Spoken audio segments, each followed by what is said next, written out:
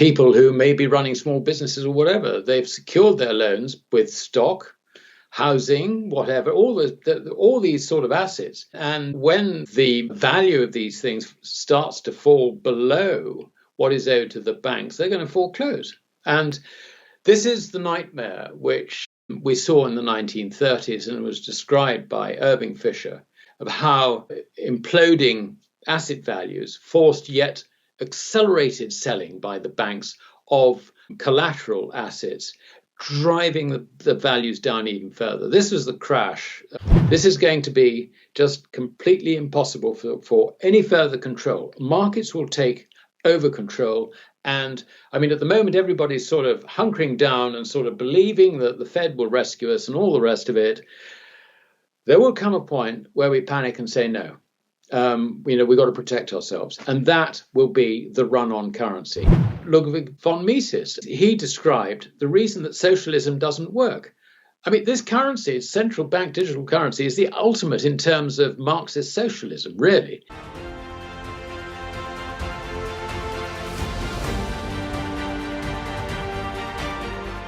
This is Dunnigan Kaiser, founder of Liberty and Finance. I'm now a licensed gold and silver broker for Miles Franklin. Call me directly for the physical gold and silver that you need at the best price with personalized private service from one of the oldest and best companies in the business. For fastest service, just call 1-888-81-LIBERTY. That's 888-81-LIBERTY. And either I or one of my sons and fellow brokers will call you back as soon as we can and understand your needs. Welcome back to Liberty and Finance. We have a widely anticipated returning guest. Alistair Macleod is the head of research at goldmoney.com. He joins us this Wednesday, August 18th, 2021. Alistair, as always, thank you for coming back on our channel. Thank you for asking me back, DK. I'm glad you were able to be available short notice, and I'm glad that we were able to have you on more often now than we sometimes have in the past. Things seem to be accelerating. The signposts are just whizzing by in our viewpoints as we move forward into the unknown. And that's one of the things I really would like to get you to talk with us about is the step-by-step progression that seems to be accelerating in this demise of our banking system, our currency, our financial lives, and specifically what evidence we have that that's happening and what's going to be coming in the future.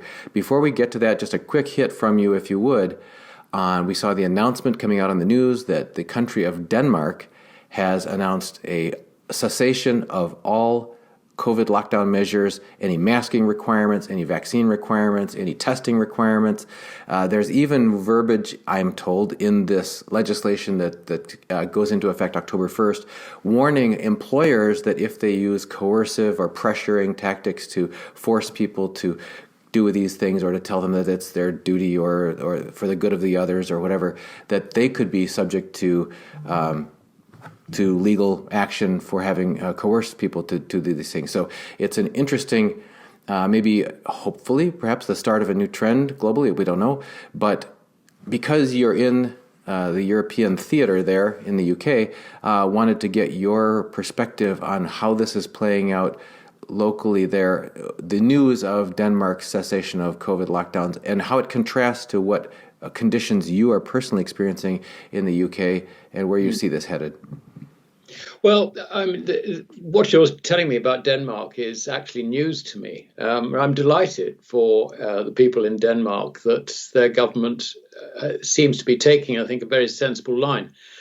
It would be better if they did it immediately. I mean, the reality is that the majority of the population, certainly in this country, I think it was something like almost 80% of the population in this country has been double vaccinated. So, I mean, we should just go about, our business as per normal. And, when you look at the statistics that come out about people who've, sort of died of COVID and all the rest of it, it's always comorbidities. In other words, someone, let us say, with a heart condition dies within 28 days of COVID being detected, and it goes down as a COVID death, not as a heart attack. So the statistics are, I think, just incredibly misleading. And this now that we've got vaccinations that work, this needs treating with as much attention as cold or influenza or something similar. So, I mean, in this country, we've moved towards that. the European Union had a problem because they were slow in starting the vaccination program. And as a result, they got way behind, and it's actually done quite a lot of economic damage, more than one would have thought necessary. In this country, where we sort of all the restrictions have basically been removed, unless you travel. And if you travel, you're probably more likely to come across problems, if you like, on your destination than you are returning to the UK. But otherwise, there are people, it's interesting because there are people still wearing masks. But, whenever I go out, either into a bar or a supermarket to go shopping or whatever, I don't wear a mask anymore and nobody seems to mind. So, actually, it's quite free here. But there is an aftermath of problems as far as the economy is concerned, which I think is really, central to what I want you to hit on that before I will interject my own 2 cents. When you talked about the confidence because of the rate of the population who have received vaccines, I guess my bitterness about it is the compulsion, the compulsory nature of a lot of that from employers and so on. But also, you talked about the effectiveness, and you mentioned we have to treat this. And I thought the word treatment jumped out at me because that's been highly controversial globally.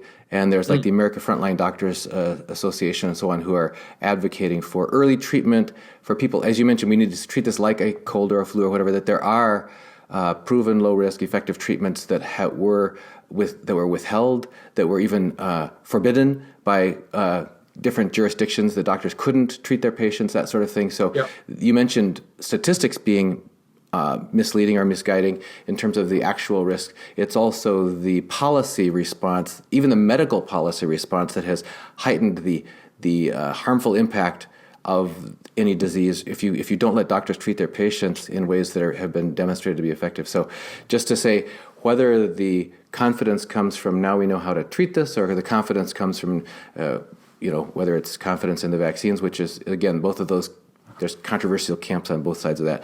Back to the economic impacts, feel free. Yeah.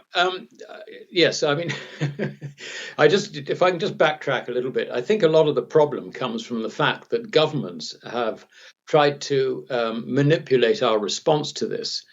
And it's been so overtly government propaganda that the result is that the ordinary person has come up with, sort of a certain amount of disbelief about what he or she's being told. And of course, then it goes on to other things like they're taking my freedom away or whatever. And you can see that suddenly, instead of people complying as the government would hope with the policy which they put out, that what they've actually done is they've created a backlash. But anyway, this is bad politics, basically. So look, we'll leave it resting there, shall we? The economic effect is really what we're interested in. In this country, we now have a shortage of labour, yet we have got, I think, something like 1 million people still on furlough. By furlough, what I mean is that they are not working and their employers are being paid money to pay them not to work. And the idea really is that at least these people don't bolster the unemployment statistics. Sorry, that's me being cynical, but that I think basically is what it's about. But there are shortages of labour now, and you can't get, for example, people to drive trucks. There are not enough truck drivers. And the result is that if you go into the supermarket, there are an awful lot of things missing from the shelves. It's a real problem, actually. So the logistics are all being fouled up. On top of that, of course, we had Brexit, and France in particular has been incredibly bureaucratic over the whole thing, which has meant that, goods coming in and going out have been delayed as well. So we've got all that.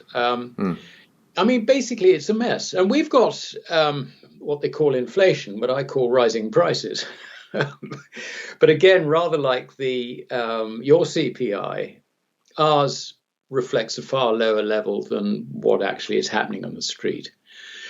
The big thing with the labour shortages is that employers have had to put up wages in order to keep staff. I mean, I have a son who's got a business, small business, and he had to give everyone a pay rise because, other employers were approaching his employees and trying to get them to move away. So anyway, so you can see that wage inflation, I think, the most recent number is something like going up 7.3%. I mean, this is quite a squeeze on businesses, and it just shows how there's such a shortage of employable labor, if I can put it that way. But it's an artificial shortage. That's the whole thing. This whole last year and a half. I mean, you talked to us about a year and a half ago. The title of our interview was "The Whole of Europe is Shutting Down," and there was a graphic there that we showed this wildfire sweeping across the globe. This whole thing we've been saying, COVID, the pandemic killed our economy and everything. It's like time after time, it's been the policy response. Yeah. Right-headed or wrong-headed, we can have a separate discussion about that. But it's this policy response, and here you've got this starvation for labor that was created by policy. Okay. Yeah, absolutely. You were recently interviewed on As Good as Gold Australia. I listened in rapt enjoyment because I thought you did the most coherent and comprehensive exposition of what have we come through, what has led us to this point, what are the major driving factors, and how is this going to play out step by step. The Fed having painted itself into a corner, they can't move this way or this will happen, they can't move that way or that will happen. Here's what the impact on ordinary people is going to be, here's what's going to happen next. I was just swept away. Could you treat us to maybe perhaps abridged, but that kind of your view of where we've come from, where we are, and where we're headed, and then we have some viewers' questions that I'm sure will flow nicely from that. Of course, I'm trying to remember what I said on that interview, but I can't quite remember what the question was. But I think what you're getting at is, the current situation, if you like, the moving parts that got us here, and how this is likely to play out. Yep. Am I right in that? Okay. Yeah. The question, I think, started from what's the reality about inflation and what's really driving it, and your response initially was, well, how much time have you got? And then you started laying out how we've right. fueled the fire that's led us to this kind of price inflation or monetary inflation. Okay, I'll try and keep it as brief and as simple as possible. That's all right. Our viewers are just, we all are at your disposal. To please go ahead. Thanks. The problem basically is that inflation is not, as the Fed or any other central banker is telling us. I mean, they're telling us that prices rise because there is an imbalance, if you like, between supplies of goods coming in and demand from consumers having been freed, if you like, from lockdowns with unspent money. Now, there is some truth in that, but the underlying problem is the expansion of the quantity of money that we have seen over the last 18 months. Currency. And particularly, sorry? Currency. Well, but particularly from March last year, when the Fed turned around and said, right, zero interest rates, 120 billion a month QE, and there were various other measures which were going to effectively support businesses by keeping the spreads in bond markets as low as possible, and so on. So there was all this sort of stuff. And even BlackRock, I think, from memory, was sort of contracted to be in there to provide ETFs, if you like, which the Fed could buy. I don't know to what extent they've done. But the point is, there was a massive surge in the quantity of money. And if you look at broad money, and believe it or not, I know everybody talks about M2, but you've also got an M3, which very few people look at. But I think that's increased roughly 25% annualized since then. This is huge, absolutely huge. You can't do that without an impact on prices. for the very simple reason that you've got lots and lots more money chasing exactly the same amount of goods. On top of that, we got a complete logistics foul up. Containers in all the wrong places and ports shut and all the rest of it because of COVID lockdowns. I mean, China went offline effectively right at the beginning of all this. When they went back online, everything was just all in the wrong place. And if you talk to people in the logistics industry, the people who really know what they're talking about, which I don't in this particular instance, but I listen to them, they tell me that this is not going to get sorted out until well into next year. So, this is a real problem. On top of that, all the money printing, the first thing that happened was that not only did stock prices take off, but commodity prices took off. And if you look at any commodity index, it literally bottomed in March 2020, sort of almost doubled. I mean, some things a lot more, some things a lot less. Sort of in roughly the year that followed, it's been consolidating sideways in recent months. But with all the money printing, and it's continuing because the budget deficit, we're looking at 3 trillion this year, the US budget deficit. Now that's on the CBO's forecasts, which were made before all the extra spending that we've been talking about. You've got $1 trillion that's sort of gone through, I think, in the last 2 weeks. You've also got talking about infrastructure.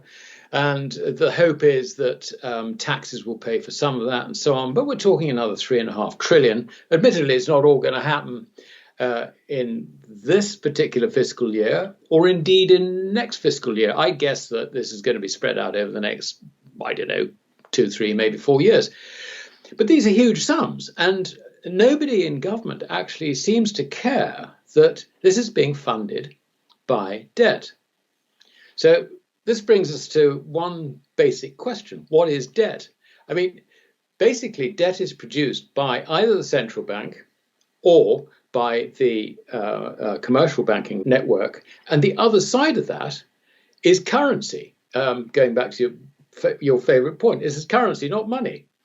They create deposits. I mean, the idea, if you look at M3, you're looking at something like 20 trillion of money sitting in bank accounts, so-called.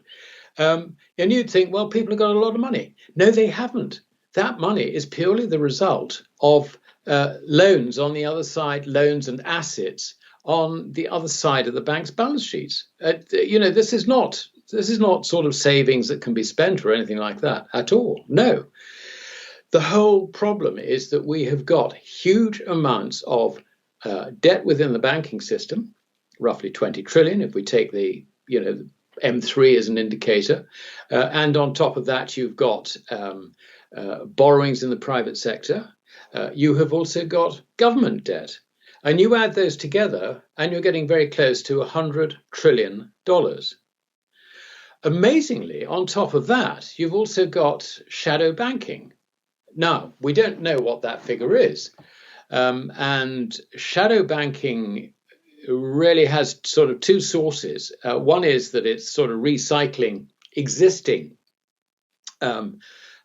currency within the banking system, or the other is that it is creating new currency as a counterpart to new debt. Some of that's going on. Now, I've been looking at the Bank of International Settlements figures on this, and I've come to the conclusion that you could probably add another 30 trillion on top of that 100 trillion. So we're talking about 130 trillion. Now, that's the background, if you like. Now we have a problem, and that is that because of the inflation, the monetary inflation, the expansion of the amount of currency as the counterpart to all this debt in the economy, prices are rising, which basically means the purchasing power of the currencies are falling, not just the dollar, but everybody else's currency. And that in turn means that interest rates are going to have to rise.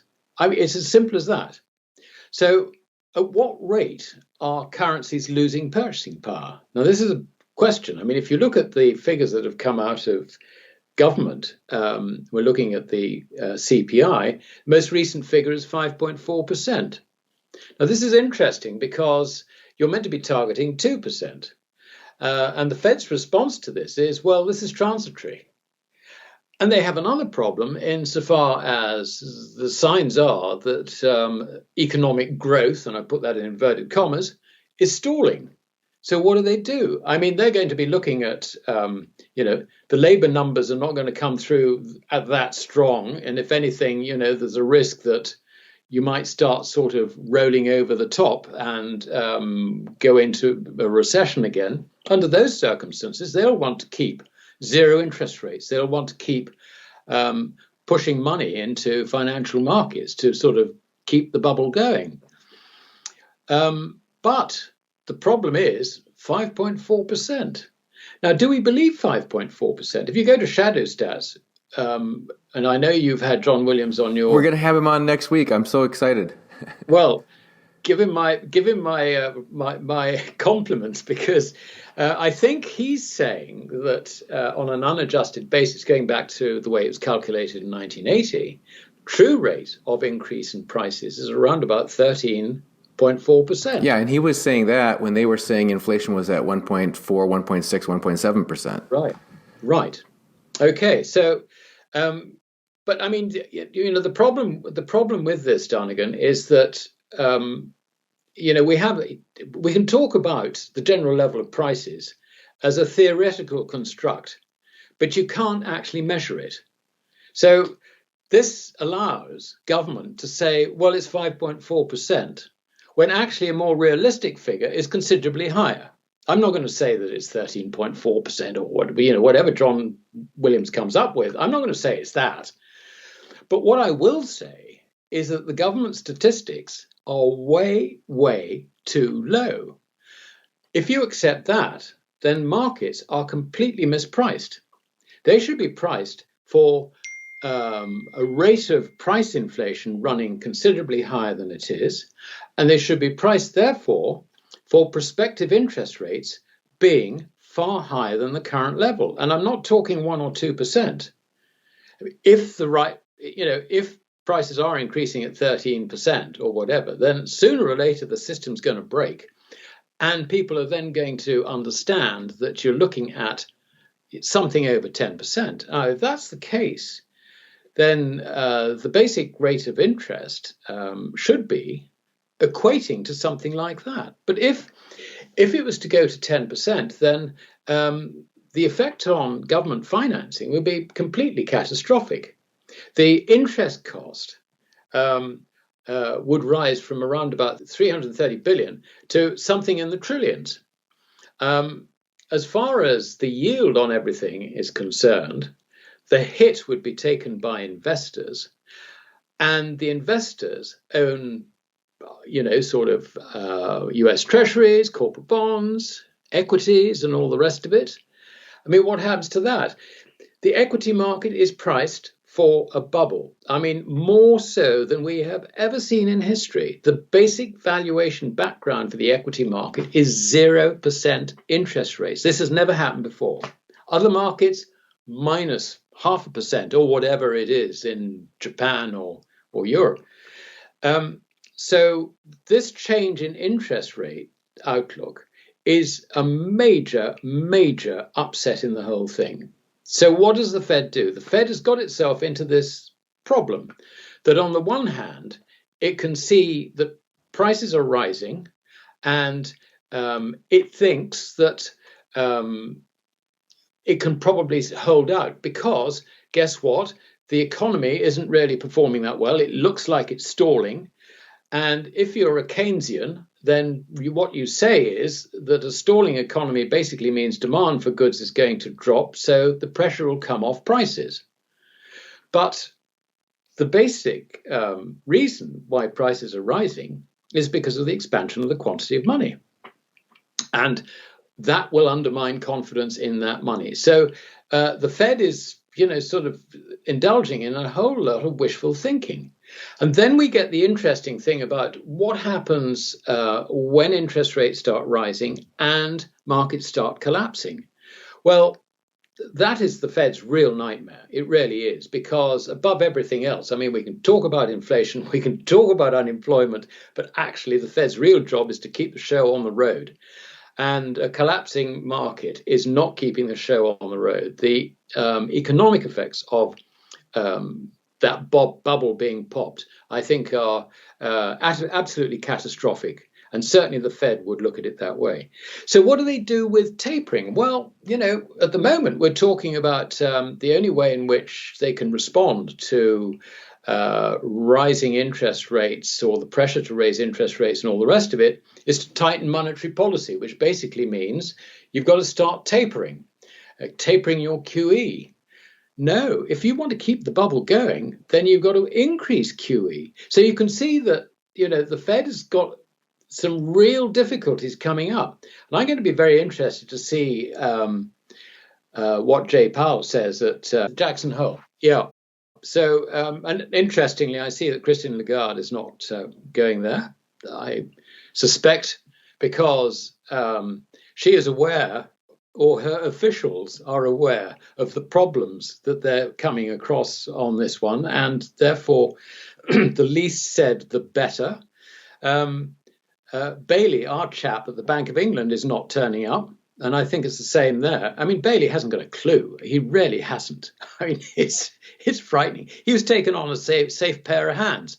I mean, the politician's idea of a safe pair of hands is someone who can sort of answer the press and not rock the boat. But I mean, the man is absolutely clueless about this current situation. So there is a huge, huge problem, not only faced by the Fed, but faced by all the major central banks. And it's a crisis. It is as simple as that. I don't know whether that answers the questions in your mind. Well, it tells us the bind that we are in officially, that our money managers, and the managers of our money are in. But how is that going to affect ordinary people? My mind leaps forward when you start to say interest rates rising. I'm thinking about stock market collapse or real estate market bubble dropping, or how does this play out either way? Because we keep saying, well, they can't move this way and they can't move that way, or they can't stop doing what they're doing. Yeah. So what are the most likely ways that an ordinary individual is going to observe the fallout of the results of this? Yeah. Well, I think the first thing, if we talk about the equity market, there is the highest level of borrowing to buy equities that we've ever seen.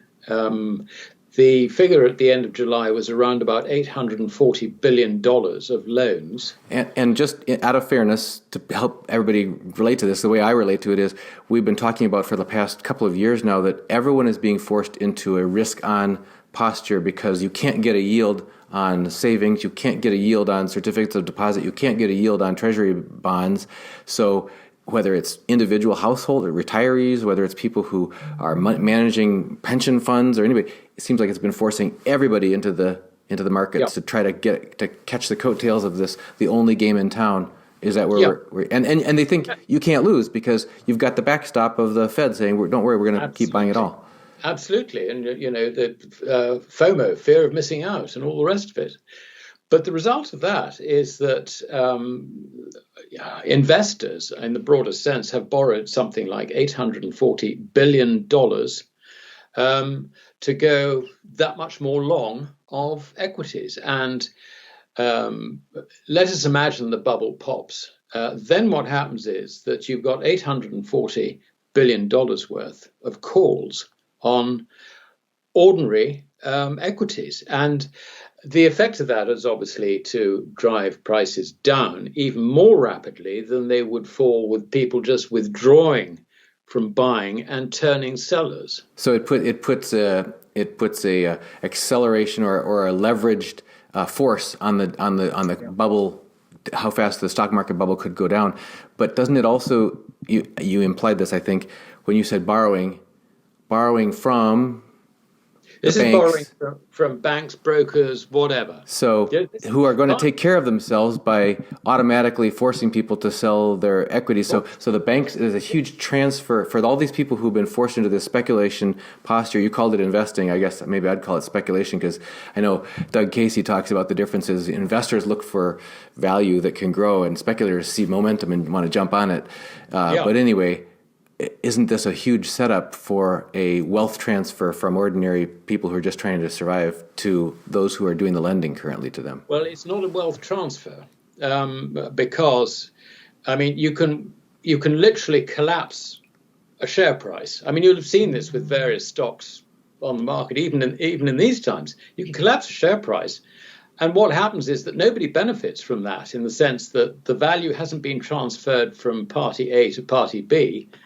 Everybody who's got the stock basically loses out. It's as Right. simple What as I that. meant was, well, first of all, we can't neglect to point out that those in the know can be taking this other side of that trade. They can have puts or whatever that will allow them to profit obscenely when that goes down. But also Yeah, that these margin loans, so that people can do these margined so-called investments, are owed to an entity, in this case a brokerage or a bank or something, who are going to take care of themselves by liquidating of those course. stocks Yeah, so that they are at least made more whole than the individual who is left holding the bag.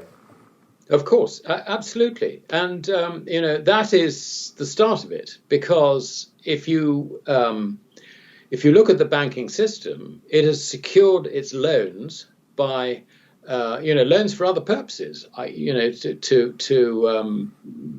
Sort of people who may be running small businesses or whatever. They've secured their loans with stock, housing, whatever, all these sort of assets. And when the value of these things starts to fall below what is owed to the banks, they're going to foreclose. And this is the nightmare which we saw in the 1930s and was described by Irving Fisher, of how imploding asset values forced yet accelerated selling by the banks of collateral assets, driving the values down even further. This was the crash. It wasn't quite the Wall Street crash. It really pertained to the time from around about May, June 1930 to around about July 1932, when Wall Street just went down and down and down and down and down. And I mean, it was unremitting, and banks were going bust the whole time. I mean, in their thousands. Admittedly, there were lots of small banks involved.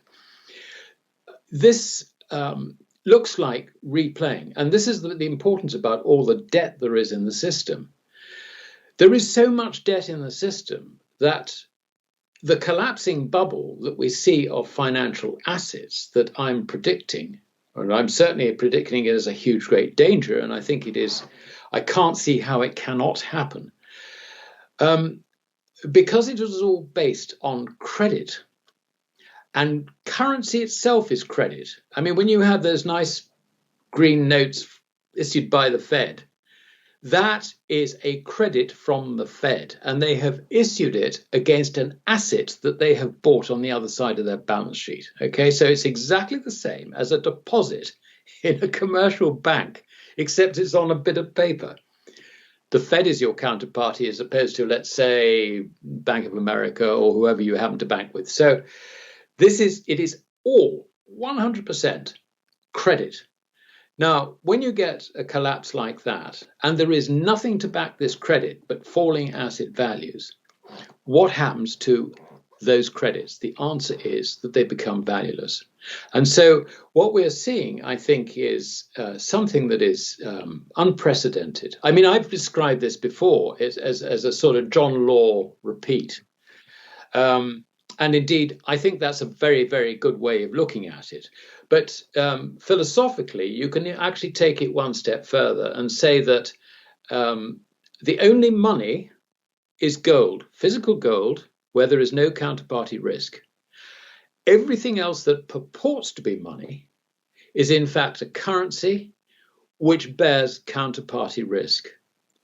And when you get a real crisis, such as the one that we now face, and we can see this, I mean, where are interest rates going to go? I mean, if they go to 10%, does it stop there? The answer is no. because the Fed will print yet more money in order to try and save the system. So, it's not going to stop at 10%. It's going to basically bankrupt the government. It's going to bankrupt everything. So what we will see is the paper currencies effectively being wiped out. That is the end result of a real financial asset crisis. And I think that we are on the verge of this. The signs of it starting, I think, will be when we begin to lose confidence in what the central banks are telling us about interest rates. They will continue to tell us that interest rates are not going to rise. They will get to a point where you'll see prices continuing to rise, prices of consumer goods continuing to rise. I have very little doubt that they will consider and probably introduce price controls, particularly on essentials like energy and food and things like that. So now we know that price controls don't work, because what happens when you put price controls on, you restrict supply. So you find that, the supermarket shelves just are empty. I mean, you can't, it's Venezuela, if you like. But, I just can't see how we can avoid this because of what they have done, the hole that they've got themselves into, which they cannot get out. We will see, I think, at some stage, markets will lose confidence in what the central banks have been telling us, and confidence that central banks can control the situation. This is going to be just completely impossible for any further control. Markets will take over control. And I mean, at the moment, everybody's sort of hunkering down and sort of believing that the Fed will rescue us and all the rest of it. There will come a point where we panic and say no. We've got to protect ourselves. And that will be the run on currency. And it will happen as a consequence of a collapse of asset prices. It won't necessarily happen at the same time as a collapse in asset prices, because what happens with an asset price collapse is everybody tries to get out of assets into cash. And so, there will be, if you like, a period of time when cash holds some sort of value. But I think it will be a very temporary phase. It's interesting, I mentioned John Law. If you look back on the very sparse statistics of what happened in 1720, the price of his Mississippi venture basically peaked at the end of February at around about 10,000 livres. And it collapsed down to around about 4,000 livres by sort of August, September-ish. The value of the livre, which is unbacked paper currency, just like the dollar, on the foreign exchanges in London and Amsterdam, which is where most of the foreign exchange transactions happened. On the foreign exchanges, it sort of retained a level value through to around about July. And then it collapsed, and there was absolutely no quote for the livre against the pound sterling or the Dutch. I think it was the florin in those days. There was no quote against them for the livre in September. In other words, it was completely valueless. So you might have had shares worth 4,000 livre, but the livre itself was paper. It was just toilet paper. So this is interesting. I think what it tells me is that in this coming collapse, what we will see is that, first of all, it will be financial assets. It might stabilize currencies in the short term, but that is only going to be a short-term effect. That last point is one that there are several questions from our viewers. There's so many, I'm trying to coalesce them. I like to give individual credit, but there's just so many overlapping ones. But on this point, people have been concerned about, as Rick Rule says, when you're anticipating a crisis or an opportunity, whichever way you want to look at it, maintain cash liquidity, maintain bullion liquidity, and then make sure you've got plans for the necessities of life. On the cash liquidity portion, people are very confused because that has always recently, in recent generations, meant U.S. dollars for us, in a bank or in your house or whatever. But they want to know, at what stage of a currency collapse do you need to not think that you're going to be able to take advantage of situations using the primary old currency, and then how do you get out of it in a hurry? What are the signs? What would be the thing that you said there may be this period of sort of suspended apparent stability, but in a sense it sounds like it's a zombie, it's a Walking Dead at that point. Rob Kirby makes the analogy, a metaphor as he does of Wile E. Coyote and the Roadrunner. Wile E. Coyote runs off a cliff and he's out suspended in midair, but he just hasn't realized yet, and so he hasn't fallen yet, but he's doomed.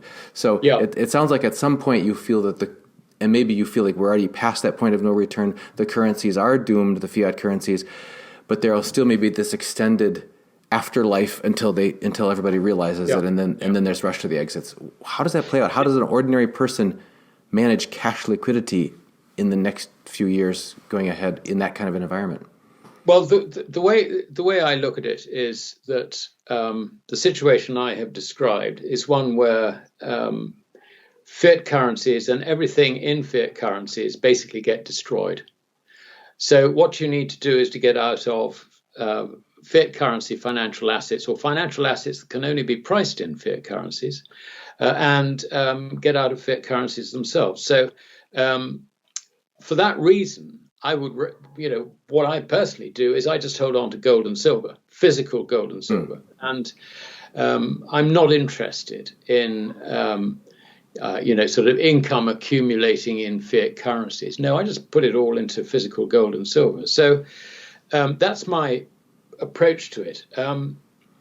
What I've described, I think, in terms of the relationship between financial assets and the purchasing power of currencies, is, if you like, a temporary effect.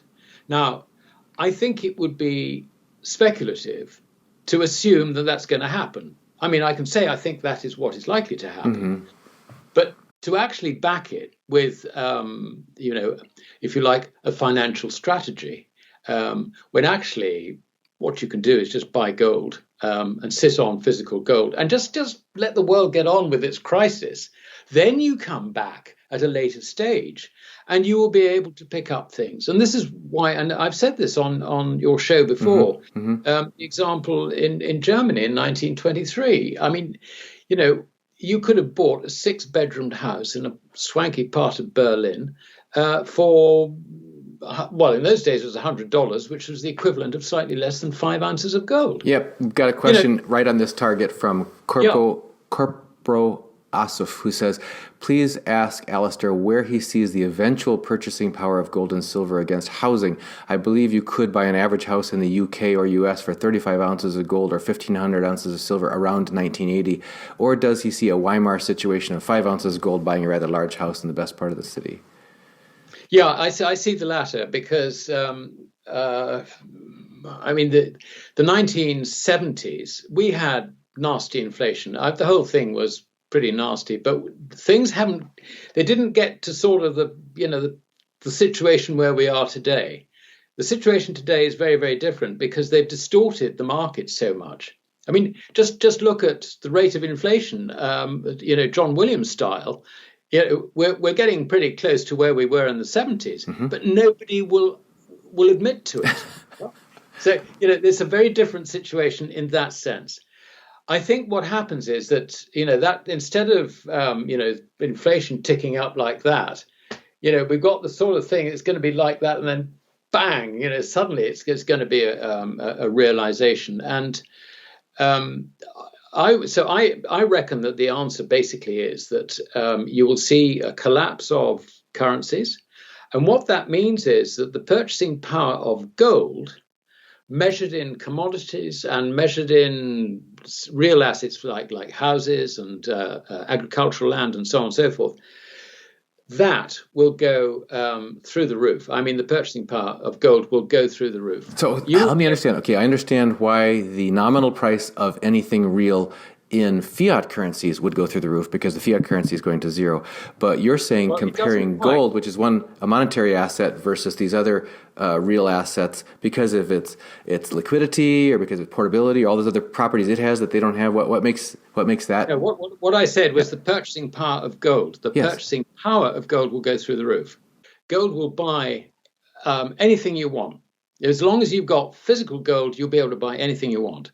So I mean, if you look at it from the fiat currency point of view, um, in that example in Berlin, it is quite possible, I don't know, it's quite possible that at the time, um, the cost of purchasing the house in local currency was, I don't know, let's say something like 2 trillion marks. Yes. Mm-hmm. Yeah.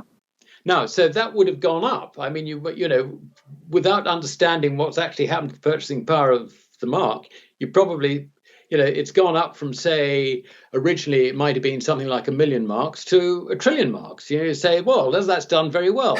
No, it hasn't, because the marks collapsed. Don't worry, you'll get taxed on capital gains for that gain. But what I was driving at was this. I'm trying to take it to the next stage. So having accepted what you just described, yes, the false and misleading apparent nominal gains in fiat currency when you're under a fiat currency devaluation, we get that.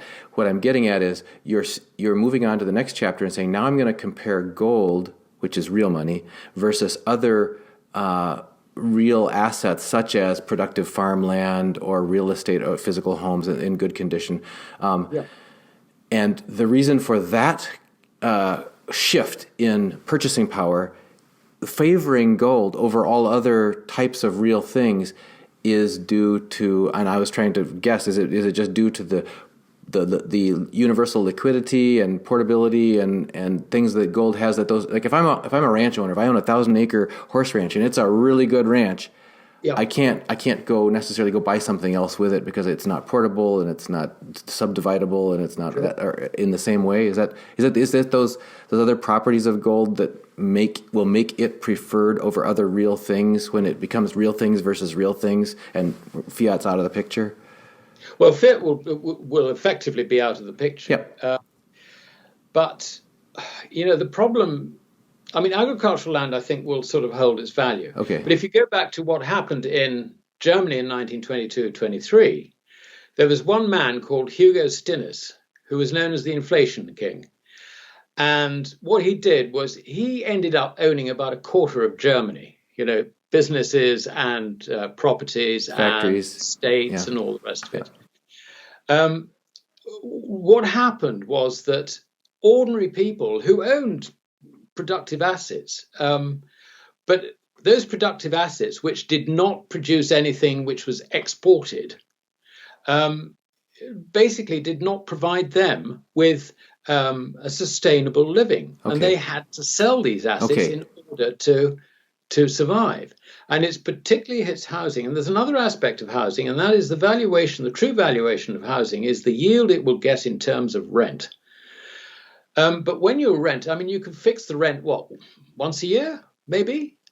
And when the purchasing power of the currency is going, you know, collapsing, then, you know, your rent's not even going to cover the maintenance by, you know, I mean, your maintenance is going to go through the roof. Maintenance costs go through the roof while your rent produces absolutely nothing. So suddenly property becomes a liability. And this affects the whole of, you know, sort of valuations of you know, residential property into small holdings, into this, that, and all the rest of it. Now, if you actually have a small holding of some sort, which is productive of food and all the rest of it, you're in a far better position than the average person.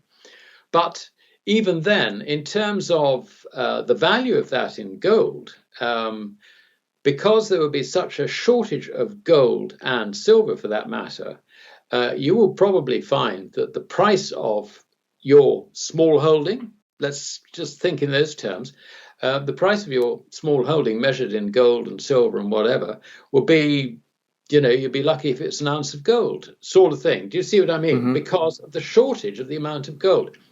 In other words, the purchasing power of gold and silver will go through the roof. That's the point I was making. I'm not saying that, you know, I'm not saying that the value of a property in gold will increase. No, what I'm saying is that it will fall considerably more than it has fallen in paper currency terms, adjusted for the collapse of the paper currency. So you need to have the money of the future. Now, the reason this is really becomes relevant is there is only one thing central banks can do in such a collapse, and that is to turn their gold reserves into backing for their currency. And it's got to be credible backing. Now, this is an interesting one because you've got an education problem. First of all, central bankers have to ditch Keynesian economics. They have to go back to what we might call classical economics. I would say more, if you like, Ludwig von Mises' version of Austrian economics. There are various different versions of Austrian economics, but really you need to go back to such fundamentals about money as were expressed by Ludwig von Mises. So there's a big education problem. How long will it take for central banks to realize that this is what they've got to do?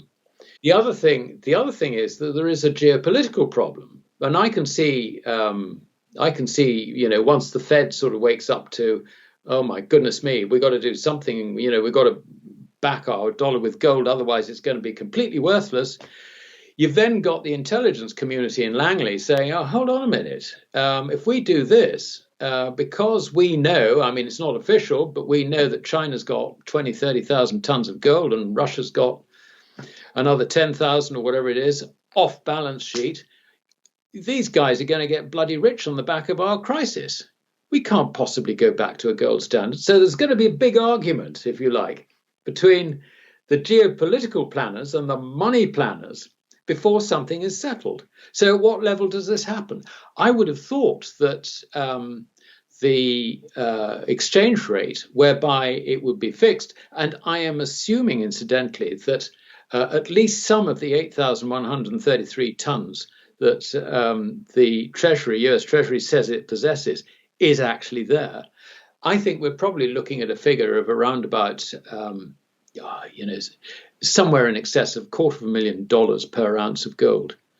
That is likely to be a credible exchange rate once we go through the collapse of the system. When you get to that sort of level, then things change around. If it is credible, and that is a condition which I think is important to understand, if the dollar is credibly backed by gold at that stage, then that's the time when you start spending your gold. And what you do is you buy things, you buy assets, you buy property, you buy ranches, whatever, you buy businesses, assuming they still exist. That is the time when you start spending your money. So that's, if you like, the game plan, I would say.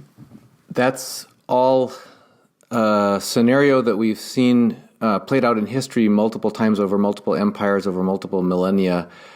My concern, in addition to this, as a reluctant prepper, is that just as when Hitler's panzers rolled into Poland at the start of World War II and they came out with their cavalry and their swords ready to fight World War I again, that we gold stackers might be looking back to history as our guide and not recognizing, perhaps, this is just a question, just a thought experiment, have ever before in the history of mankind, ever, we had the technological capability for what would be total control of central bank digital currencies as they're envisioning them, to where, fiat is supposed to mean, because I said so, it's basically currency by force. Well, we've certainly seen in the last 18 months or so a global brandishing of force by jurisdictions all over the place, locking down people, shutting down businesses, preventing movement, all kinds of things.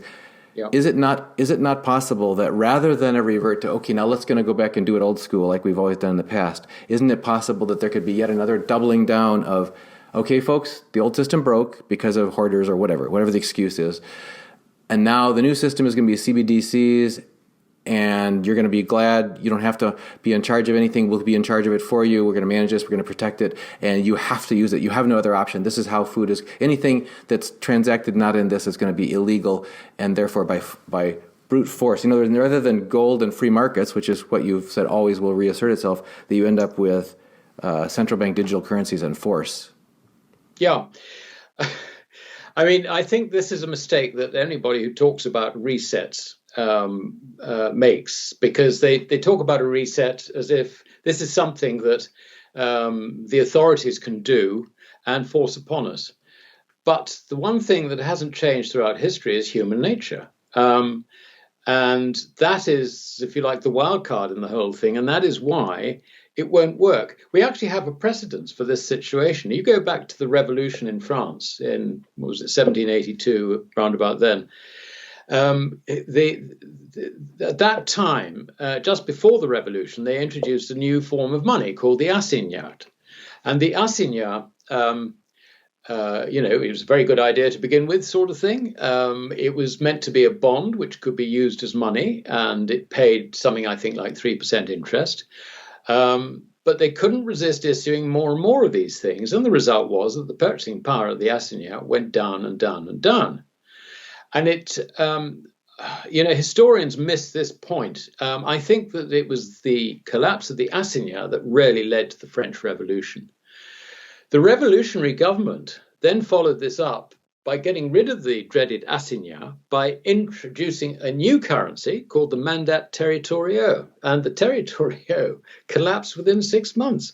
I would say that the effect of these central bank digital currencies likely to have the same fate. I'm sure that there is thinking along the lines which you have just put out. I mean, I can just imagine musing, if you like, as a member of the FOMC, thinking about, well, looks like the economy's screwed, the banking system has run out of capacity, so that's screwed. The great thing about central bank digital currencies is that everybody can have an account at the Fed or a special purpose vehicle which the Fed sets up, and we can direct the money, and we can therefore control the way the economy evolves. We can stimulate the bits that need stimulating, and so on and so forth. I'm sure that sort of pipe dream is going on, and they sort of think, well, this is a viable way out of all these dead ends we suddenly find ourselves in. But it's not going to work. I mean, apart from anything else, think how long are you going to have to test this new central bank digital currency to ensure that it is bulletproof and is actually going to work? 5 years? 10 years? We're not talking about something that can be introduced just like that. We're talking about something which is such a major change. I mean, I can see committees sitting down and considering this effect, that effect, papers being written and all the rest of it. And then you've also got to have, all the techies sort of working, making the whole thing bulletproof and so on and so forth. There is no doubt that they are thinking on these lines. Apart from anything else, the Bank of International Settlements has set up a committee to centralize all the information from all the central banks in terms of what they wanted to achieve, how they're going to do it, and all the rest of it. So this is a planned approach. But it ain't going to work. And the reason it won't work is because they're missing one big point, and that is we're all human beings. We all go out to do what we want, which is quite inconvenient as far as the central authority is concerned. And unless they really take our freedoms away, this just isn't going to work. And it doesn't work for long. I mean, why did the Berlin Wall fall? It fell because this centralized management of you and me just doesn't work. It's as simple as that. I mean, we go back to, again, Ludwig von Mises. He described the reason that socialism doesn't work. I mean, this currency, central bank digital currency, is the ultimate in terms of Marxist socialism, really. It doesn't work for the very simple reason that you cannot calculate using such a currency. You cannot calculate where the whole thing is directed from a central bank who has to take commercial decisions. They can't take commercial decisions. It's not in their bailiwick, for goodness sake. So, no, I mean, that is dead. That will, if it ever comes in, it will die very, very quickly. And meanwhile, we've got a crisis on our hands, which is a lot more immediate. We have got a rate of inflation, depending who you believe, of 5.4%, or 13.4%.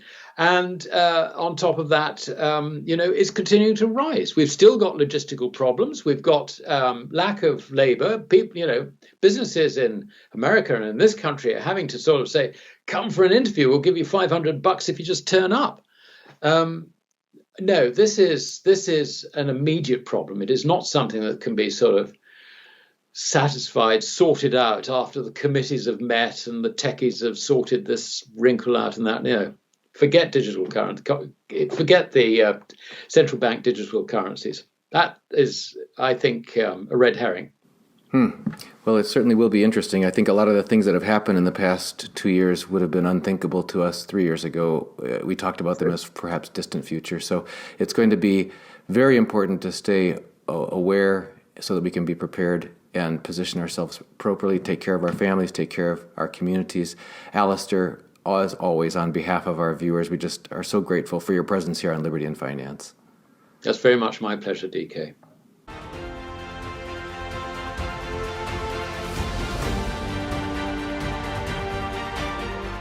This is Dunnigan Kaiser, founder of Liberty and Finance. I'm now a licensed gold and silver broker for Miles Franklin. Call me directly for the physical gold and silver that you need at the best price with personalized private service from one of the oldest and best companies in the business. For fastest service, just call 1-888-81-LIBERTY. That's 888-81-LIBERTY. And either I or one of my sons and fellow brokers will call you back as soon as we can and understand your needs. Welcome back.